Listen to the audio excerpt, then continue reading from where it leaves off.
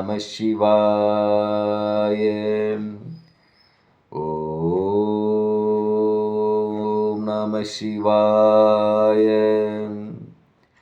ஓம் நம சிவாய. அன்பான சிவ அன்பர்களே, கடந்த நாட்களில் நம்ம சிவபெருமானுடைய மாவட்டத்தோறும் உள்ள தேவார பாடல் பெற்ற ஆலயத்தை பற்றி ஒவ்வொன்றாக நான் வரலாற்று சிறப்பை உங்களுக்கு வழங்கிட்டு வரேன். அந்த வகையில் நம்ம இன்றைக்கி பார்க்க போகிற ஒரு ஆலயமும் ஒரு வரலாற்று சிறப்பு மிக்க ஆலயத்தை பற்றி தான். இந்த ஆலயம் எங்கே இருக்குன்னு பார்த்தீங்கன்னா, தமிழ்நாட்டில் நாகப்பட்டினம் மாவட்டத்தில் குத்தாலம் என்ற ஊரில் இந்த ஆலயம் அமைப்பட்டுள்ளது. இங்கு இறைவன் பார்த்தீங்கன்னா உக்த வேதீஸ்வராவும், தாயார் பார்த்தீங்கன்னா அருமண்ண பரிமளர் சுகந்த நாயகவும், அது மட்டுமல்ல வனமுல நாயகனும் காட்சியளிக்கிறாங்க. தல விருட்சம் உத்தால மரம், தீர்த்தம் காவிரி தீர்த்தம். 1000 வருடங்களுக்கு முன்னாடி பார்த்தீங்கன்னா புராண பேர் திருத்துத்தி குத்தால உக்த வேதீஸ்வர இந்த ஆலயம் அறியப்பட்டிருக்கிறது. இந்த ஆலயம் மூவரால் பாடல் பெற்ற ஆலயம். காவிரி தென்கரை தளத்தில் இது 37வது தலமாக பார்க்கப்படுது. சுந்தரருக்கு உண்டான நோய் தளத்தில் நீராடி நோய் நீங்க பெற்றார். அது மட்டுமல்ல, எப்போதுமே எப்பேற்பட்ட திருமண தடைவர்களும் பார்த்தீங்கன்னா இந்த ஆலயம் இறைவனை வணங்கினாங்கன்னா எப்பேற்பட்ட திருமண தடைகள் நீங்க பெற்று விரைவில் திருமண பாக்கியம் பெறதாக சொல்லப்படுது. அது மட்டுமல்லாது அக்னி தன்னால் தீண்டப்பட்ட எல்லா பொருளும் அழியுது. இதனால் வருத்தம் அடைஞ்சு தானும் அனைவருக்கும் பயனுள்ளதாக அமைன்னு சொல்லிட்டு இறைவனை வேண்டி அக்னி பயனுள்ளதாக மாற்றிக்கொண்ட தலமும் இந்த தலம் பார்க்கப்படுது.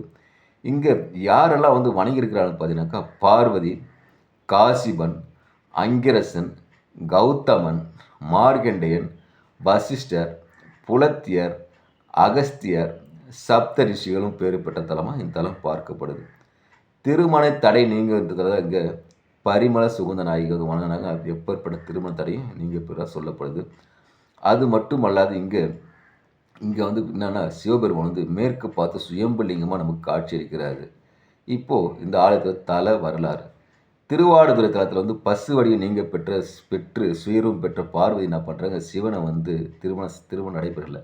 மாறாக அம்பாள் இன்னொரு பணி காத்திருக்குது. குத்தாலத்தில் தவம் செய்து மரகத மாமுனி விருப்பப்படி, அவருடைய இரவு விருப்பப்படி ஒரு வேதியில் அவங்க தீயிலேருந்து பிறக்கிறாங்க.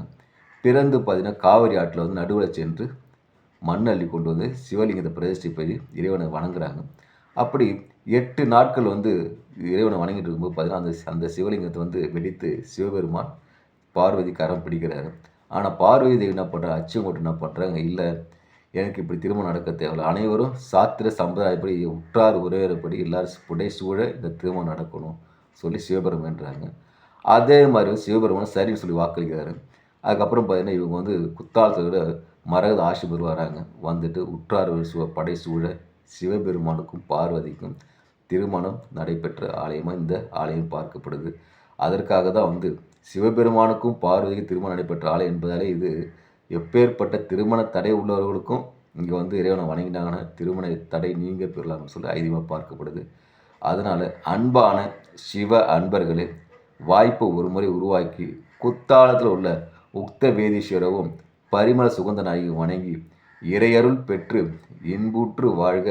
ஓம் நமச்சிவாய வாழ்க. நாளந்தால் வாழ்க.